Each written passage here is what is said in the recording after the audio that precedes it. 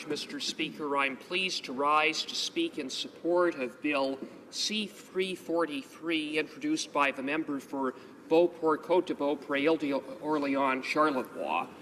This is, Mr. Speaker, a good bill. It's a common-sense bill. It will go a long way to strengthening the role of the Victims Ombudsman so that the Victims Ombudsman can better fulfill their mandate of promoting and advancing and protecting the rights and interests of victims of crime. Mr. Speaker, just by way of background, the Victims Ombudsman was established about 10 years ago by the previous Conservative government. It was established through the government's National Victim Strategy. Now, the purpose of the National Victim Strategy was to give victims of crime a voice at the table. And as part of that strategy, the Ombudsman was established to provide an important link between victims and government.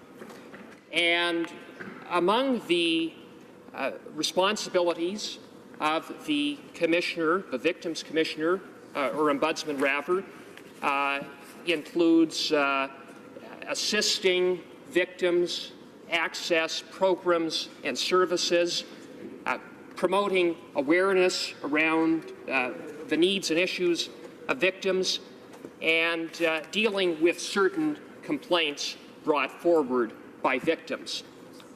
Over the last 10 years, the Victims Ombudsman has evolved. It's changed.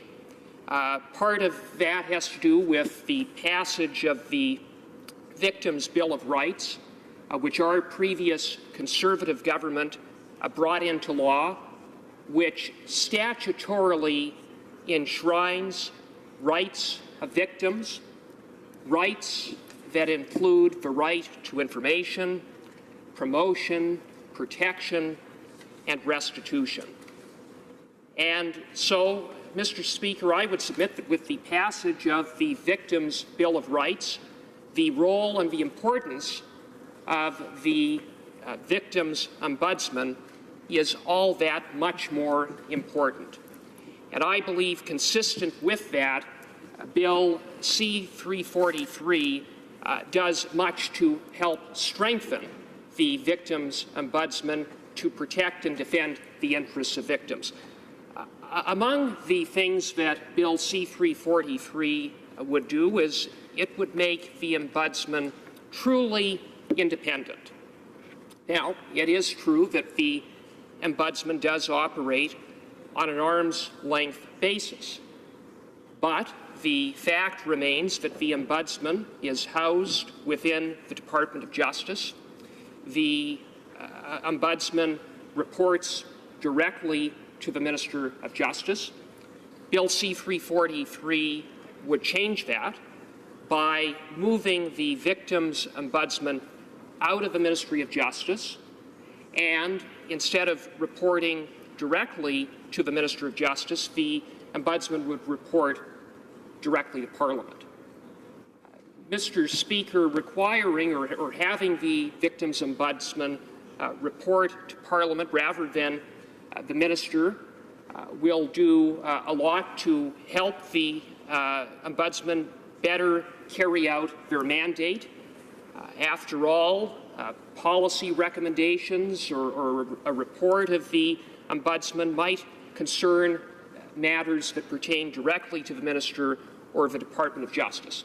So moving the Ombudsman out of the Minister's office, out of the Department's office, to have it independently housed, to have the Ombudsman completely independent, makes sense from that standpoint.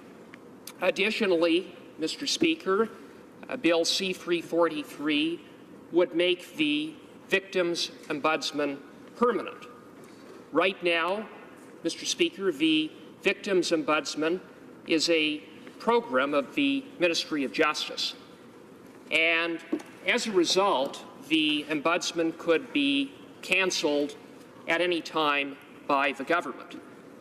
Bill C-343 would change that by statutorily establishing a victim ombudsman, which I believe complements the first part of the bill, which is to make the ombudsman independent, and will help ensure that the ombudsman can carry out her work without interference and without the perception of interference, not to mention the possibility that the government could, in an instant, shut the ombudsman down simply because perhaps the government didn't like a report or recommendation of the ombudsman. And in addition to making the ombudsman independent and permanent, what Bill C-343 would also do is give the ombudsman some additional powers, some additional tools, including investigative powers. And that is consistent and important in light of the passage of the Victims' Bill of Rights to help the ombudsman ensure that the rights of victims, including those that are statutorily enshrined, are respected. Mr. Speaker, in short, Bill C-343 is a good bill. I know there have been some issues that have been brought forward by the Liberals, but I would submit that the concept of independence, of permanence, makes sense, and at the very least, it merits going to committee for a further study and review. And I would just say that in terms of the establishment of the Victims Ombudsman, it was a part of the recognition on the part of a previous government, unlike this government, that far too often our criminal justice system has placed criminals and the rights of criminals ahead of the rights of victims. Indeed, far too long, victims have been ignored and they haven't been given a voice.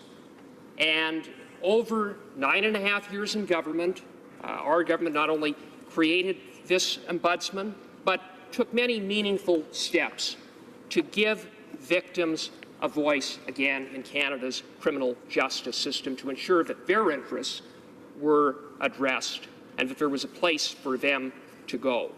And while there has been a tremendous amount of work that had been done and a whole lot of successes over 9.5 years, there still is a lot of work to be done to give victims a voice and to restore the place of the victim in Canada's criminal justice system. Mr. Speaker, I believe that Bill C-343 is a step in that direction, and on that basis, I urge this House to pass Bill C-343 so that it can go to committee for further study and review. Thank you, Mr. Speaker.